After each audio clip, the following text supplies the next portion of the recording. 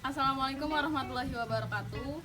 Perkenalkan, kami mahasiswa jurusan Kesehatan Lingkungan Poltekkes Kemenkes Yogyakarta ingin memberikan video penyuluhan tentang sanitasi total berbasis masyarakat yang terfokus pada pengelolaan sampah rumah tangga untuk memenuhi tugas mata kuliah pemberdayaan masyarakat.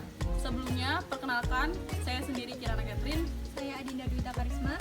Saya Febriani Nuraini.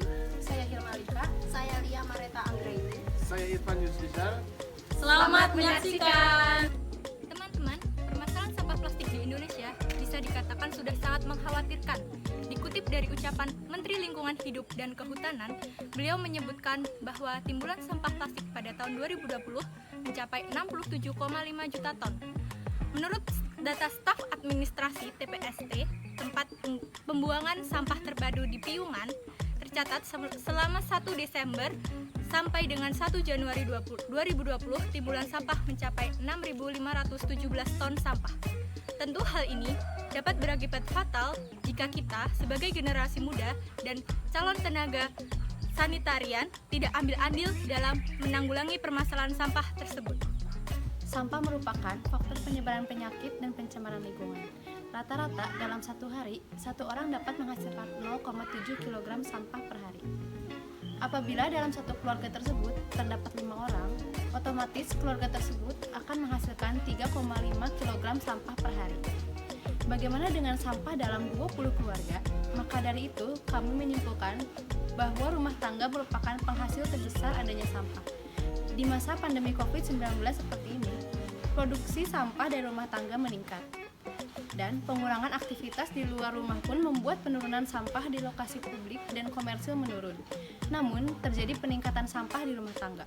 Mengkhawatirkan bukan? Maka dari itu, berdasarkan alasan tersebut, kelompok kami berkesimpulan bahwa masyarakat perlu ditekankan kembali mengenai pengetahuan pengelolaan sampah yang baik dan benar. Nah, apa sih yang ada di benak teman-teman ketika mendengar kalimat pengelolaan sampah? Jadi, pengelolaan sampah adalah semua kegiatan yang dilakukan untuk menangani sampah sejak ditimbulnya sampah hingga pengelolaan akhir. Secara garis besar, kegiatan dalam pengelolaan sampah meliputi pengendalian timbulan sampah, pengumpulan sampah, pengangkutan sampah, dan pengelolaan akhir. Menurut UU Nomor 18 Tahun 2008, sampah adalah sisa kegiatan sehari-hari dan proses alam yang berbentuk padat. Terdapat 3 jenis sampah. Yang pertama, sampah organik seperti sisa makanan, sayuran, dedaunan, dan lain-lain. Sampah jenis ini dapat dimanfaatkan untuk diolah menjadi kompos. Sedangkan sampah yang kedua merupakan sampah organik berupa kantong plastik, botol, kaleng bekas, dan lain-lain. Sampah ini dapat dimanfaatkan untuk didaur ulang kembali ataupun dijual. Dan yang ketiga merupakan sampah B3 seperti baterai, lampu listrik, sisa cat, tabung bertekanan, dan lain-lain. Menurut peraturan pemerintah tahun 2020 yang membahas tentang pengelolaan sampah spesifik, menyebutkan bahwa tempat pengelolaan sampah harus menerapkan sistem 3R, Reduce, Reuse, Recycle, yang kemudian disingkat menjadi TPS 3R. Apa sih yang dimaksud dengan TPS 3R? Dalam TPS 3R yang pertama ada Reduce, yaitu membatasi dan mengurangi jumlah penggunaan sampah, seperti saat pergi ke pasar memakai tas belanjaan sendiri. Yang kedua adalah Reuse atau menggunakan kembali, contohnya adalah menggunakan botol cat sebagai pot tanaman. Dan yang terakhir adalah Recycle atau pengolahan sampah menjadi barang yang lebih bermanfaat, seperti sampah plastik yang dijadikan tas belanjaan. Selanjutnya adalah pengelolaan sampah anorganik. Apa sih sampah anorganik itu? Sampah anorganik termasuk non-biodegradable dan juga tidak ramah bagi ekosistem. Jika tertimbun di dalam tanah dalam waktu lama, sampah anorganik dapat menimbulkan pencemaran. Salah satu cara untuk mengelola sampah anorganik adalah dengan mendaur ulang atau membuat sampah menjadi produk baru.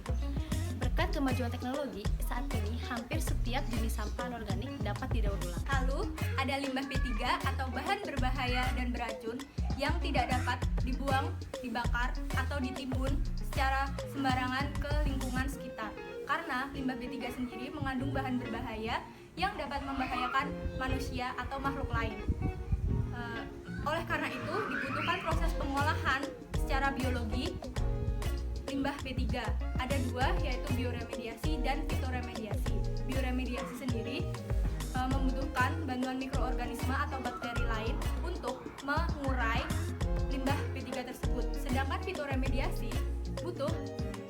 tumbuhan lain untuk mengabsorpsi limbah B3 tersebut.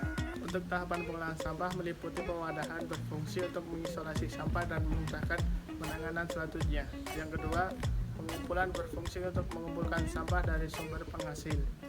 Yang ketiga, pemindahan berfungsi sebagai memindahkan sampah dari alat pengumpul ke alat pengangkut. Yang terakhir, pengolahan berfungsi sebagai mengurangi atau memanfaatkan sampah. Dengan adanya pengolahan sampah dapat mengurangi volume sampah yang dibuang ke TPA, mengubah sampah menjadi material yang ekonomis dan menjadi material yang tidak membahayakan lingkungan sekitar.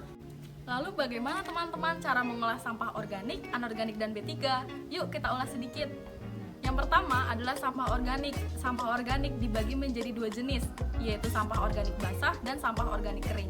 Apa bedanya sampah organik basah dan kering? Sampah organik basah adalah sampah alami yang memiliki kandungan air yang cukup banyak sehingga mudah terurai karena memiliki kandungan kelembapan yang cukup tinggi. Lalu sampah organik kering. Sampah organik kering adalah sampah alami yang memiliki lebih sedikit kandungan air seperti ranting pohon dan daun-daunan kering. Sampah jenis ini lebih sulit terurai dibandingkan sampah organik basah. Lalu bagaimana cara pengolahan sampah organik? Bisa dijadikan pupuk kompos, pakan ternak, dan biogas. Sampah plastik selalu menjadi masalah utama dalam pencemaran lingkungan, baik pencemaran tanah maupun laut. Sifat sampah plastik tidak mudah terurai, serta proses pengolahannya menimbulkan toksit dan bersifat karsinogenik. Butuh waktu sampai ratusan tahun bila terurai secara alami. Oleh karena itu, dibutuhkan pengolahan sampah plastik untuk mengurangi pencemaran lingkungan. Semoga materi penyuluhan yang tadi kami sampaikan dapat memberikan informasi dan bisa diterapkan oleh masyarakat dalam kehidupan sehari-hari. Terima kasih.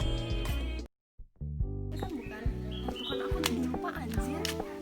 Menggunakan cat warna, botol cat warna. Nah, video. Aduh, dicokot apa ini?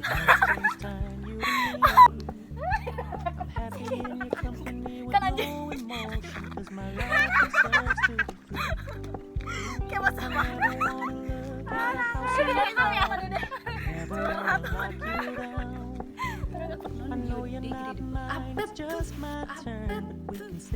Sudah dikat, sudah bisa deh.